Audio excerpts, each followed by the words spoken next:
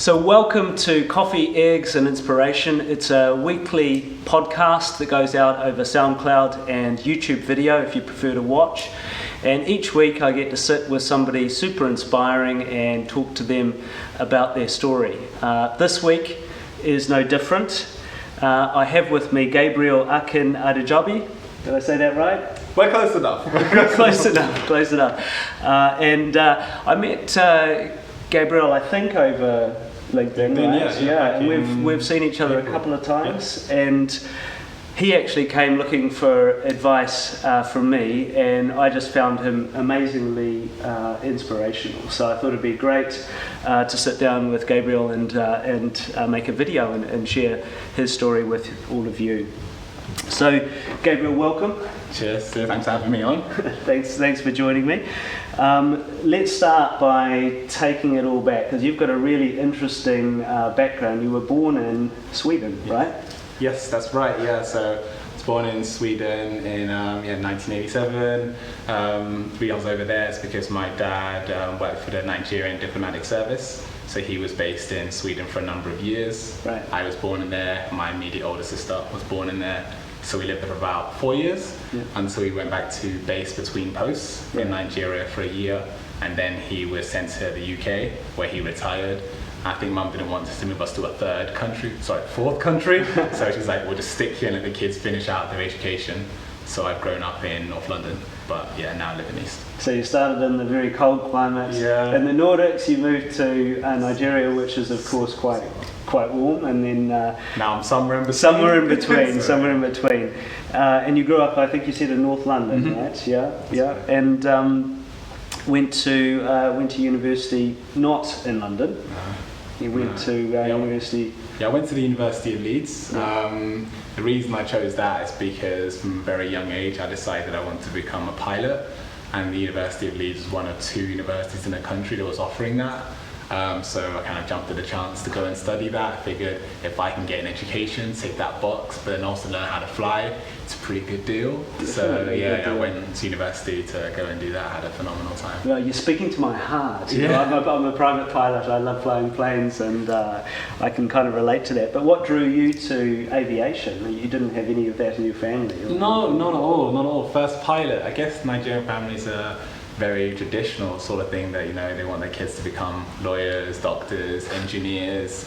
When I told my mum I wanted to be a pilot, she ran past the usual checklist. She's like, that's not on the usual list, but I think we can sell this into the family. I think this could work for us. We can market this. Skills. That's it. So I think from a very, very young age, I was always very into science, technology, physics especially. Yeah. Then biology, I was reading about everything all of the time, interrogating any kind of professional I came across, whether it was my dentist, my doctor. I wanted to find out what they were doing, how they did it, why they thought it was interesting, and I loved flight because of the physics behind flight I found to be quite interesting. It's all based on, I guess loosely, the churning of the flow of air, and I thought that was super interesting, seeing how scientists answered the question of how the bumblebee flies, because it physically wasn't possible, but we saw it happening.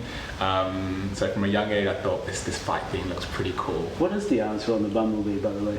Cool, so they create vertices, which is like circular whirlpools of air, and they generate, so flight is all about taking the air from above the plane, blow it, and that resulting force pushes the plane upwards. That's right, pushes the plane upwards. So what a bumblebee does, they churn the flow of air by creating these kind of circular vertices.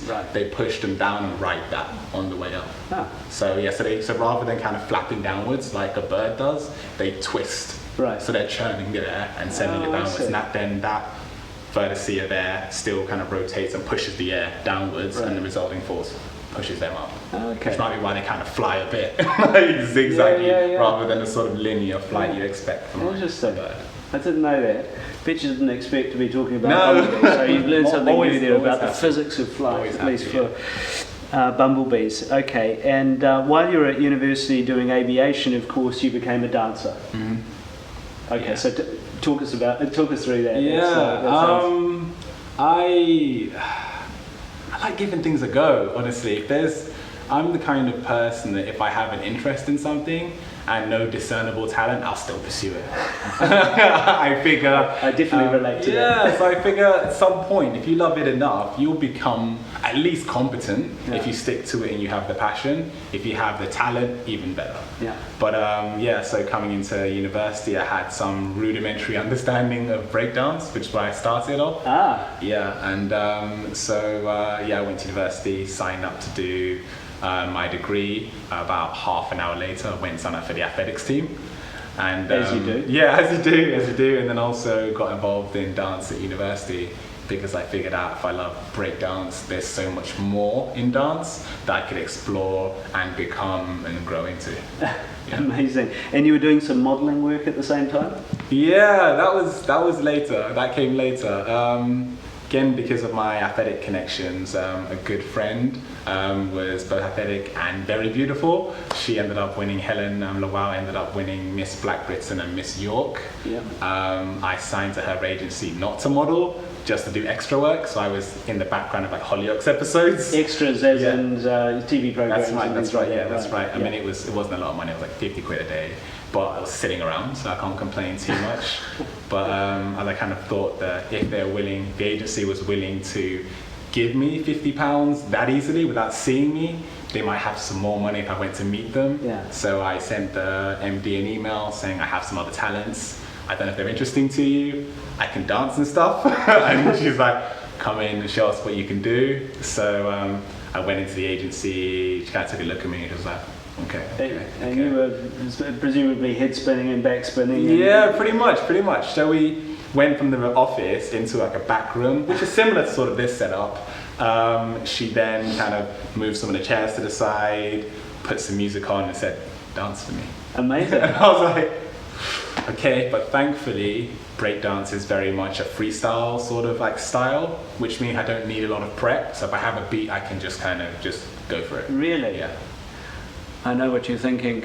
It won't work very well on SoundCloud, but I will ask him after this to do something and see if we can film it. Anyway, do you still dance? Yeah. You do? Okay. Yeah. Game on. All right. And then athletics. You started getting increasingly into athletics. Mm-hmm. What sort of athletics were you doing? Yeah. So I grew up following athletics from a purely, I guess, statistician point of view. I love the sport, I love the technical element of it, but because I was so small for my age, like I didn't grow until I was like 16, 17. My growth spurts were super late. I wasn't very good, like a young age, actually competing, which kind of demoralized me a little bit. But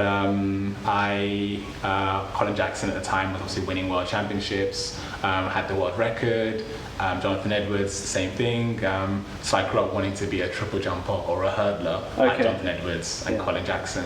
And when I got to university, I started off with triple jump because I can jump, I guess, freakishly high is an easy way to describe it. Why weren't you doing high jump then? Is that different? Because I was told bulky as well, right? Whereas I'm quite springy and fast. I just figured, and I like just bouncing and jumping around. And the sensation of triple jump. Like my body loves that rhythm, so I thought that I could do this. I can find my way through this sport. So you bounce on one leg twice, and then that's right. And stop and jump. Amazing. Okay. Gosh, it's a shame we're not doing this outside. We could have all a lot of fun with this. Yeah. So we're doing long jump, triple jump, and I believe you then started getting into hurdles. Mm-hmm. That's right. Yeah. So I got into hurdles for about 4 months. And I sort of fell into it because my team back in London and Harrow needed an additional hurdler they didn't have. At this point, I was still, I would say, hyper mediocre at long jump. Hyper mediocre. Okay. So that meant that I was good enough to get on the team, not good enough to be the first choice for the team. Oh, I see. Yeah. So I was the kind of person on the team that would just do anything. I'm like, if you need a spare person, I'm your guy. Right. Just sign me up. I've got the best. I'm good to go. So they're like, we need a hurdler. I'm like, well, I don't know how to do that, but I can figure it out in 2 weeks. So I went to my coach. I told him this event was coming up, and he laid out some hurdles for me. Said, just have a go, run over these, see if you can do it. And what was the first time like? Did you manage it? Did you trip over, land on your face? No, it was pretty easy, actually. Pretty easy. Yeah. They were definitely higher than I thought, but if I can see something, I can replicate it. I need to physically see it, and then I can kind of, when I close my eyes and sort of just like run it through in my head, and visualize. And then I visualize myself doing that movement, and then I can pretty much go about doing it. And so I went over it, and he said that you're better at this than you are at long jump. We're swapping events. Amazing. And I've never jumped since. I haven't jumped since. Amazing. So, that visualization doesn't always work for me. Sometimes I visualize myself as a great dancer, but it doesn't work out. My kids still call me a dad dancer, so it doesn't work for me. So this is 110 meter hurdles, and you're getting really good. And you're competing at what level? So I started off competing at the kind of regional level, so north of England, which is where I was based at the time in Leeds, for about 4 months until I got injured pretty badly. What happened? I had just run in my first indoor championships, first competition for hurdles. Managed to come third, ran 2 personal bests, obviously. Which I think put me at number 5 in the country at the time. And then I also ran the 60 meter flat. Again, ran 3 personal bests all in the same afternoon. I felt strange pain in my lower back, and I just thought, hey, I'm just tired. It's 5 runs. Turns out I'd actually slipped 2 discs. But I didn't know this at the time, so I kept training on it more and more until the sciatic and nerve pains became so bad that it was quite hard just to even get out of bed in the mornings, which made it also quite hard to work as well, but I still had to pay rent, I had to put food on the table. And you were working, this was post-university at this stage, you were working. What were you doing? So I was teaching maths at this point. Right, so which is the natural progression from aviation. Let's just rewind a little bit. So you did the aviation degree, and... so that's true, So I went into, I finished aviation in 2008 when the recession hit the UK, and with the result of currency issues, fuel costs going up, it hit aviation very hard. A lot of major airlines either were struggling financially or went under. Of the 60 people on my course, only 1 person got a job in the industry, and that person's dad was a chief pilot for EasyJet, so he had good connections. But I didn't feel too, jealous of him, because he discovered during the course that he was colorblind, so he couldn't be a pilot. So I was pretty devastated for him. It's like the goal of his life that he now can't achieve, and he has all the connections and all the talent to do it. So I felt really bad for him at the time. But he still managed to get into the industry, thankfully, so he could still be, a part of it. But so you got into maths. Why? I wanted to pay it forward, I guess. My maths teacher, Mr. Sarabi at Christ College, Finchley, changed my life. Like, honestly, I think about him to this day frequently. Well, he might be watching, so hey, give him a good shout. How are you? Trying to do you proud. As I mentioned before, if you have enough motivation to achieve something, even without discernible talent, you can go about succeeding. I proved that in my life because I was failing maths. I needed maths to obviously get onto my aviation degree, but I was scoring D's and E's, even up to year 10, the year before GCSE examinations. He said essentially, I can't put you onto the higher paper to get an A, because your current grades mean that if you slip below a C, you get a U, you fall off the grade curve, and it's much better to get a B or a C than it is to get a U. I was fairly stubborn. I was like, I need to get on this course, I want to progress in my life. So he set me additional homework. So I had the higher level homework and the intermediate homework, plus half-term lessons, end of term. So he let you do it for free? Yeah, that's right. So and these lessons took up a significant amount of time in my end of term break. But the end result was that by the time we got to the GCSE examinations in the summer, I had attempted every variation of every question on that exam board that they could answer me. So it meant that I walked away with an A at the end, which was, I guess, 5 grades up from where I was. Incredible. What progression, and all the while doing athletics and everything else. And obviously all the other subjects too. Wow, amazing story, and what a noble and generous guy He's a good man. Your teacher was. You been back to see him? Yeah, I went back to see him about 3 years ago, and it was really quite emotional for me, to be honest. I bet it was for him too. Yeah, because as I walked up to him, I could see him talking. Obviously, I saw myself as I was before. I forgot, 15 years has passed and he would have aged. He's become an old man now. But I saw him speaking to a student in the hallway and said that I only work part-time now. But if you ever see me in my office and there's nobody else in there, you can come in and I will help you and support you. And I was so overcome. I'm like, he's still the same guy. So it was wonderful kind of seeing him. I spoke to him about it. Oh, wow, what a guy. Still the same guy, still helping out students in the same way he helped you. Great story. Well, thank you if you're watching. So after maths, you then got into marketing, right? Mm-hmm. Which was another little twist in the story. How come? The reason I got into marketing was because I wanted to move back to London, and the main reason is because my back had become pretty chronic by this point, right. And the best hospital in the country was the Royal National Orthopaedic, based in Stanmore, which is conveniently near where my mum lived. Right. So I moved down to London to try and get an appointment and try and get the surgery to get my back sorted. So you had full surgery on it, I assume. No athletics. Yeah, and then this was it. That was pretty much it. So I spoke to the doctor, and initially he was kind of the first doctor said that it wasn't significant enough for him to work on it. He worked with like genital deformities, like hunchback, scoliosis, things like that. Right. The second doctor didn't reply back to the referral, and the third doctor said, "Yeah, sure, we'll take it on. He should be fine afterwards." Amazing. Yeah, and he did a phenomenal job. Can you remember the doctor's name? Dr. Shah. Dr. Shah. Yeah. So he, after doing the work, it took about 2 months to learn how to walk again, and then about 10 months of rehab until I was pretty, I guess, enough to like jog lightly and dance, obviously, as well. Obviously, and dance. Well, we're going to come back to the marketing. Mm-hmm. So you've had your surgery, you're getting back in, you've learned how to walk, and then you start running again, right? Yeah. Hurdles. Yeah. I was in two minds about the whole thing, to be honest. I've been out of the hurdles game for athletics for 3 years now. My friendship circle had largely changed people that work in marketing full-time jobs, so I could have closed that part of my life off and nobody would have held me to it. But there was this still kind of itching inside that told me you're not finished. You're not There's done still yet. some more. Yeah.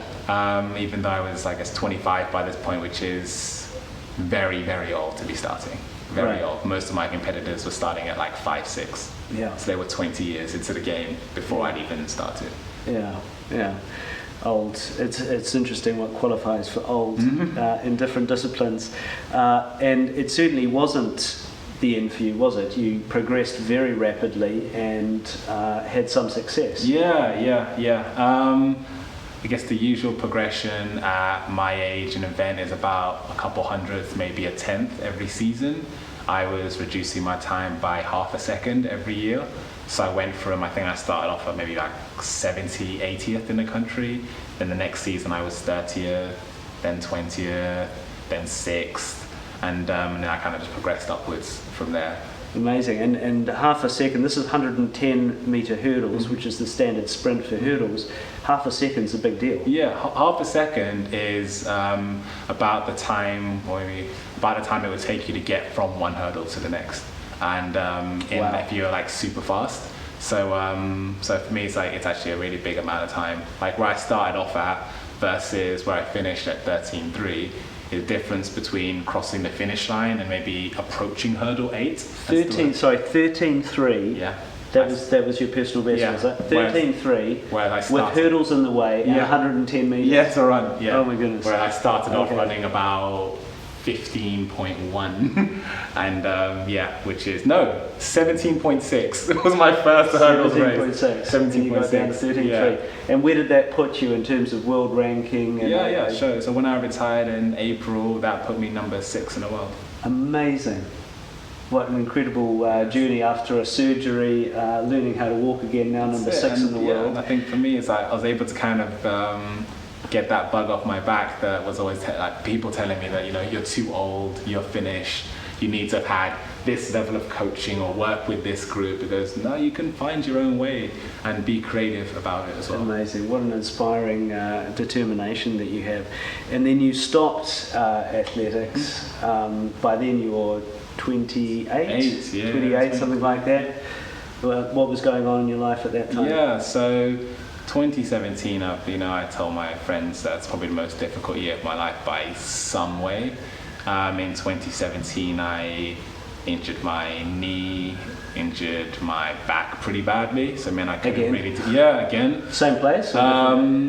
It was a slightly different place, but all related to that surgery and limited mobility in that part of my lower back. So the injuries had returned, and at that time I understand you had some personal tragedies in your life as well. Yeah, I did. Over the course of about 4 months, I picked up both the back and knee injury, but then also my good friend Joe and training partner passed away, had an accident in London when I was out in the States. And my sister also passed away about a month and a half after that. And sorry to hear that. I think, thanks. But I think for me, it's both of those losses really put into perspective, I think, the way I'd been living my life. I think I spent so much of it collecting and chasing after achievements. Yeah. And I talked to a lot of people about goals and success. You can have pretty much anything you want to have if you're prepared to sacrifice enough for it. And at times the sacrifices you make don't match up to, I guess it doesn't equate to as much meaning as the goal you achieve at the other end. And if I had gone on to win an Olympic Games, sure, that's great, but I'd rather have, my friends and family in my life than a nice medal. Well, thank you for sharing such a deeply personal event in your life. Determined as you are, though, Gabriel did what Gabriel does, right? You pivoted again into marketing, where you are today. Mm-hmm. That's right. Summers always follow the winters. So for me, it's I have this funny outlook on life, and whenever everything's falling apart, I tend to play even riskier because I feel that I was I can't lose any more than I already have. I might as well go for the top. And I applied for a job at Global Savings Group where I'm at now, and it was a head of department job heading up the account management team, which was a promotion from where I had before. So I was technically not really kind of on that level to go for it, but I thought, shoot your shot. So leadership position in sales, business development, right. And what have you found to give me some top selling tips? Sure. I think the first one I tell my team all the time is avoid the quick and easy win, avoid the short sale. We talk to our partners from the very start about what we want to do and achieve with them 1 year into the game, 5 years into the game. We want to have a business that grows, and it doesn't make sense to run marketing activities, push costs on them that ultimately isn't profitable for them and is just profitable for us. So I try to avoid the short win. I think the second one that I try to get my team thinking about is commercially. What does our activity look like in terms of growth for their partnership, in terms of their margins, and ultimately for our customers. We're creating these articles and these money-saving tips for humans on the other end. Yeah. It's got to be something that's beneficial for them. Start with value. Yeah, that's right. Those are great tips. I'm a great believer in the notion that selling is not really a pushing process. It's creating a context in which people buy in order to meet their interests. What an inspiring story. As you look back over the still quite short history, thinking about some of the people who might be watching, any lessons that you personally take away that you'd like to offer us? Yeah, sure. I think there's two main ones, maybe three. For the first one's something that Mum told me when I was really young: knock and the door be open to you. I translate that when I talk to people to say, ask the question. Essentially, if you don't ask, you don't get. Yeah, honestly, that's I mean, it's the reason I'm here. Well, that's kind of how we met, wasn't it? Literally the reason I'm here. I messaged you on LinkedIn. I was like, hi, you've got more managerial experience than I have. I'd love to get a bit of your time to ask some tips on how to develop teams and spot talent, I think, in interviews. And that's how this came up. And if you'd said no, it wouldn't have killed me. Right? I would then move on, and that's the kind of attitude I have in life, that try it. If it doesn't work, you're not in a worse place because of it. You can only really win by trying. Well, I'm glad I said yes. I think I'm in a much better place. Yeah, alright, cool. Yeah. Cool. But yeah, so that's probably the first one. Not gonna all be open to you. The second one I touched upon is around having motivation to succeed, even without the talent. I think Les Brown put it really well. He said that we all have the desire to succeed, but do you have the courage to fail until you get it right? What a great way of putting it. You know, and that's something that way of spinning it like really blew my mind. It's like, actually, we think about goals and you set them, you work hard and you win. Actually, are you prepared to keep failing until you win? Absolutely. And that's the real test. That's the real test. So that's probably the second one. There's a similar quote actually. Ken Robinson said, if you're not prepared to fail, you'll never come up with anything original, which is more the sort of creativity slant on that. So it's a great quote. Yeah, definitely. Hit us with number three. Number three, I'd say resourcefulness, creativity. I think they both kind of weave into each other. I tend to kind of have a mental mind map of how I want my life to look like in terms of what the end goal at 5-7 years looks like. I'm very creative on the path. As you can see, I've done like I can 5-6 jobs and careers.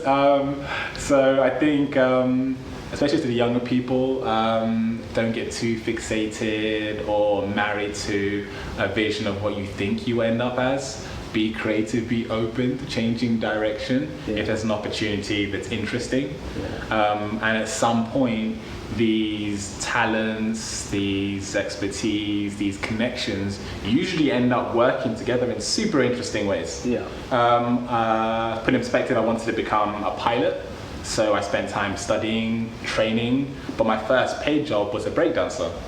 You know, I made more money in breakdancing than I ever had from being a pilot. And that was something I started on a random afternoon when I was 16 years old because my friends didn't turn up to the event. And rather than being annoyed and going home, I stuck around and thought, how can I make the most of this day? So it was a little breakdancing workshop, and I was very, very average. Well, what a surprising and delightful note to end on. Gabriel, you're an inspiration, certainly to me, and I'm really happy that we're now able to share this remarkable story with others. Thank you so much for your time. Anytime, I appreciate it.